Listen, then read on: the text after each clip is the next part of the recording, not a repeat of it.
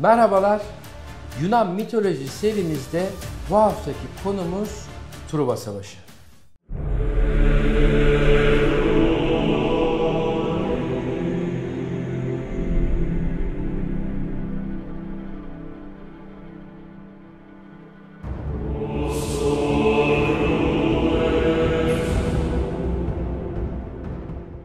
Merhaba Atanasya. Merhaba Can. Nasılsın? İyiyim. Sen nasılsın? Ben de süper. Ben de çok iyiyim. Atanasya, sen Truva Savaşı'na başlamadan önce herkesin sorduğu, zaman zaman konuşulan bir şeyi sorarak başlamak istiyorum. Truvalılar Türk olabilir mi? Αυτό είναι ένα ερώτημα που ακούγεται πολύ συχνά και όχι τυχαία. Γιατί η Τρία βρίσκεται στη σημερινή Τουρκία, επομένως γεννάται το ερώτημα αν οι Τούρκοι είναι απόγονοι των Τρώων. Η απάντηση σε αυτό το ερώτημα, σύμφωνα με την ιστορική και αρχαιολογική έρευνα, είναι πως όχι. Οι Τρώες δεν είναι πρόγονοι των Τούρκων. Οι Τρώες προέρχονται και είναι μέρος πολιτισμών που βρίσκονταν στη Δυτική Ανατολία περίπου το 13ο με 12ο αιώνα π.Χ., την εποχή του Χαλκού, και έχουν επιρροές από τους Χεταίους, τους Λούβιους και άλλους αρχαίους πολιτισμούς της περιοχής εκείνης. Επομένως, μπορούμε να πούμε ότι είναι είτε προ-Ινδοευρωπαϊκοί πολιτισμοί, είτε πρώιμοι Ινδοευρωπαίοι, αλλά όχι τουρκογενείς. Τα τουρκικά φύλλα ήρθαν σε εκείνη την περιοχή περίπου 1071, Malazgirt. Οπότε ήρθαν τον 10ο αιώνα μετά Χριστόν. Επομένως, έχουμε 2 χιλιετίες μετά τους Τρώες. Οπότε δεν είναι δυνατόν να υπάρχει κάποια συγγένεια των Τρώων με τους Τούρκους. Ωστόσο... Bir şey daha söyleyeyim. Bunun birkaç tane sebebi var. Birincisi, o meşhur filmi izlediğimizde biz mesela çoğunluk için söyleyebilirim. Ya Hektor'a çok üzüldük mesela. Aşil onu öldürdü falan. Biz böyle hani Truva'yı böyle bir sahiplendik gibi. Bir de bölge dediğin gibi orada yaşıyor şu anda işte o insanlar. Bir de şey var galiba. Atatürk de oraya gittiğinde buna benzer bir şey söylemiş. Sen onu araştırmıştın. Όταν επισκέφθηκε την Τρία ο Μουσταφά Κεμάλ Ατατούρκ το 1930, φέρεται ότι είπε επιτέλους ήρθαν σε εμάς τα εδάφη και νικήσαμε τους Αχαιούς, δηλαδή τους Έλληνες τότε. Ama işte aynı şey mesela Fatih Sultan Mehmet de dediği rivayet ediliyor. Ακριβώς. Υποτίθεται και ότι ο Μεχμέτ ο δεύτερος ο Πορθητής, όταν κατέλαβε την πόλη, είπε κάτι παρόμοιο, που βέβαια δεν υπάρχει κάποια ιστορική... Ακριβώς. Όλο αυτό το αφήγημα περί συγγένειας Τρώων με Τούρκων θέλει να δώσει μία περισσότερο πολιτισμική συνέχεια στο εθνικό τουρκικό πλέον κράτος, παρά ιστορική συνέχεια. Peki Yunan tarafından bu mesela Yunanları izlerken Troya'yı da Yunan mı görüyorlar? Onlar ne görüyor mesela o taraftan? Böyle Yunan tarafı ne algılıyor? Yunan mıydı mesela? Troyalılar aynı şeyi tersten soralım. Όχι. Οι Τρόες δεν ήταν ούτε Έλληνες. Ήταν ένας πληθυσμός που έχει λάβει πολλές επιρροές από, ας το πούμε, τους ελληνικούς πληθυσμούς της αρχαιότερης εποχής εκείνης, διότι είχαν επικοινωνία μέσω του εμπορίου, επομένως είναι πολύ λογικό να έχουν πάρει και επιρροές από τον ελληνικό πολιτισμό τότε. Atanasya, hadi artık Truva Savaşı'na girelim, hikayeye girelim. Türk müydü, Yunan mıydı? Boş ver. Ο μύθος ξεκινάει όταν ο Πάρης, ένας από τους πρίγκιπες της Τρίας, έβοσκε τα πρόβατά του στο λιβάδι και εκεί του εμφανίζονται 3 θεές. Δεν θυμάμαι ποιες. Οι οποίες τον ρωτάνε σε ποια θα δώσει το μήλο. Το μήλο αυτό σήμαινε πολλά για τις θεές, γιατί συμβόλιζε ότι αυτή που θα το έπαιρνε θα ήταν η καλύτερη από όλες. Του έταξαν λοιπόν κάποια πράγματα. Μία από αυτές ήταν η Αφροδίτη, η οποία του έταξε για να πάρει το μήλο να του δώσει για γυναίκα την πιο όμορφη γυναίκα που έχει δει ποτέ στη ζωή του, που έχει υπάρξει ποτέ στον πλανήτη. Αυτή ήταν η ωραία Ελένη. Ο Πάρης δεν τον πολύ σκέφτηκε και έδωσε στην Αφροδίτη το μήλο. Επομένως, έπρεπε αυτό που το έχει τάξει να γίνει. Έτσι, ο Πάρης ταξίδεψε από την Τρία στην Σπάρτη. Βασιλιάς εκεί ήταν ο Μενέλαος. Όπως είπαμε, η Τρία με την αρχαία Ελλάδα είχε επαφές. Επομένως δεν ήταν περίεργο που ο Πάρης είχε πάει στη Σπάρτη. Εκεί λοιπόν βλέπει τελικά την Ελένη, την ερωτεύεται παράφορα Yıldırım aşkı. και θέλει να την κλέψει. Eyvah. Η Ελένη τον ερωτεύεται κι αυτή. Ha, Eleni de ona aşık oluyor tabii. Ήταν αμοιβαίο. Doğru, filmdeki gibi. Evet. Και φεύγουν μαζί για την Τρία. Eyvah. Όμως, η Ελένη ήταν παντρεμένη με τον Μενέλαο. Ya, ne olacak şimdi? Ο Μενέλαος, τρελαμένος, πάει στον αδερφό του, τον Αγαμέμνονα, που ήταν ο πιο ισχυρός από όλους τους βασιλιάδες στην αρχαία Ελλάδα, και του ζητάει για να διορθωθεί αυτή η ατιμία, που η ατιμία στην αρχαία Ελλάδα ήταν πολύ σημαντικό πράγμα. Έπρεπε λοιπόν να pάνε να πολεμήσουν τους Τρόες. Και έτσι έχουμε... Ama biraz bahane olmuş galiba. Yani Helen kaçırılma olayını zaten oraya bir savaş planlıyorlarmış. Öyle bir araya böyle bir o da sebep olarak sanki kullanmışlar diye biliyorum. Έτσι λοιπόν, έχουμε τον πόλεμο που θα διηγηθούμε παρακάτω.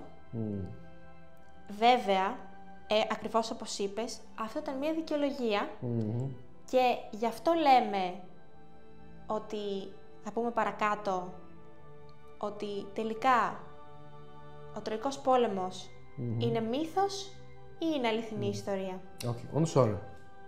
Şimdi Homeros daha doğrusu. Homeros'la Omiros aynı zannediyorum. Homeros. Kimdir? Bunu yazan, biz bunu Homeros'tan biliyoruz değil mi bu Truva Savaşı'nı? Ο Όμηρος είναι ένα πρόσωπο, δεν ξέρουμε αν είναι αληθινό, πραγματικό. Υπάρχει ένα... Homeros İzmirli biliyorsun. Η Σμύρνη θέλει να είναι μία από τις γενέτειρες εκεί που έχει ζήσει ο Όμηρος. Η Χίος μπορεί να είναι ένα μέρος που μπορεί να γεννήθηκε, αλλά γι' αυτόν ακριβώς το λόγο, επειδή δεν ξέρουμε ακριβώς πού γεννήθηκε, υπάρχει ένα πέπλο αβεβαιότητας γύρω από το πρόσωπό του. Σύμφωνα με ιστορικές έρευνες, πιστεύουμε ότι έζησε γύρω στον 8ο αιώνα π.Χ. Θεωρείται ο πατέρας της επικής ποίησης, γιατί δημιούργησε 2 τρομερά έργα, την Ιλιάδα και την Οδύσσεια, που μέχρι και σήμερα όλος ο κόσμος διαβάζει για αυτά, και όχι μόνο, έχουν υπάρξει ταινίες. Ο Τροικός πόλεμος διήρκησε 10 χρόνια. Μέσα σε αυτά τα 10 χρόνια, η Ιλιάδα παίρνει τις τελευταίες μέρες του πολέμου. Γιατί εκεί έγιναν όλα τα συνταρακτικά γεγονότα.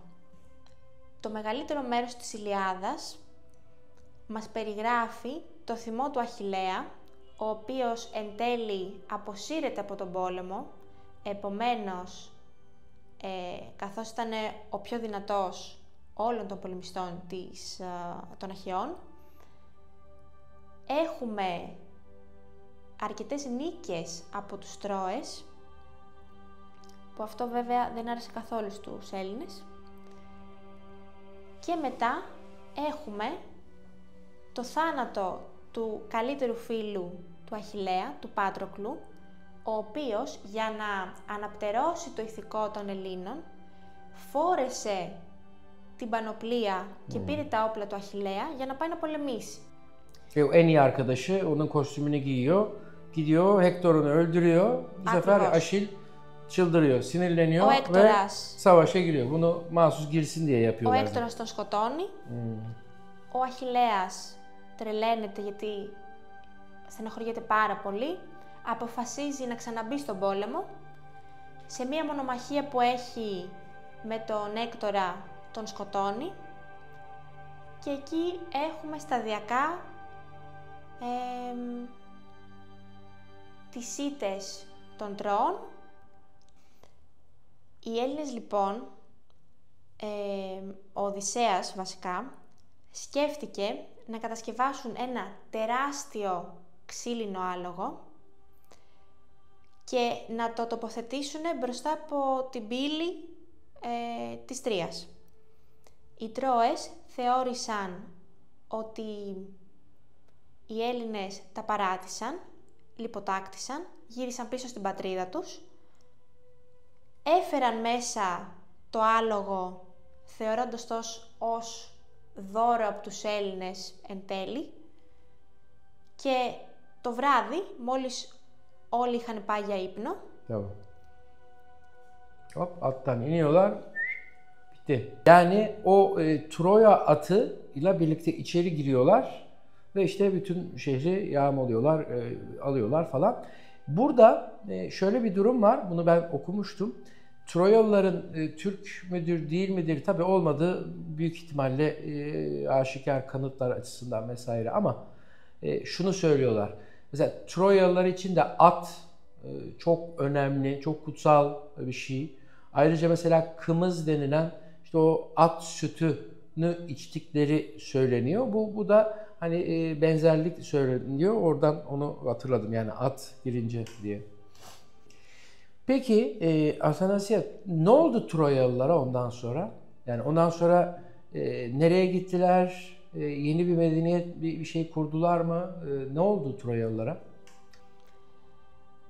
Ο μύθος λέει πως οι Έλληνες τους σκότωσαν όλους. Αλλά υπάρχει μια εκδοχή στην οποία ο Ενίας κουβαλάει τον πατέρα του στις πλάτες και περπατώντας φτάνει μέχρι τη Ρώμη. Επομένως, σε αυτή την εκδοχή ο Ενίας από την Τρία είναι ο ιδρυτής της Ρώμης. Roma, evet. Ben de onu okumuştum. Roma'nın, İtalya'nın batı kıyılarına gittiği söyleniyor ve Roma İmparatorluğu'nun kurucuları olduğu, o klanlardan ya da topluluklardan bir tanesi olduğu söyleniyor. Atanasya, şimdi bu tabii ki bir mitoloji, bir tarihçi olarak bu gerçekten olmuş olabilir mi? Bu gerçek bir kalıntı var mı bununla ilgili? Galiba bir Alman bir arkeoloji hayranı bir adam araştırıyor falan. Biraz ondan bahsetsene. Προφανώς, ο πόλεμος δεν έγινε για την ωραία Ελένη. Πιθανολογείται ότι όντως υπήρξε ένας πόλεμος ανάμεσα σε Έλληνες και Τρώες, αλλά οι λόγοι ήταν άλλοι, οι αιτίες ήταν άλλες, διότι η Τρία βρισκόταν σε ένα πολύ καλό γεωγραφικό σημείο, οι Έλληνες ήθελαν να διεκδικήσουν αυτό το μέρος, επομένως πήγαν να τους πολεμήσουν. Όλα αυτά αποδεικνύονται με μία αρχαιολογική εξκαφή που την ξεκίνησε ο Ερίκος Λίμαν το 1870. Ήταν ένας ερασιτέχνης Γερμανός, ας το πούμε αρχαιολόγος, ο οποίος λάτρευε τον Όμηρο και την Ιλιάδα και την Οδύσσεια και πήγε να σκάψει στην περιοχή του Χισαρλίκ, όπου θεωρούσε ότι βρισκόταν η Τρία.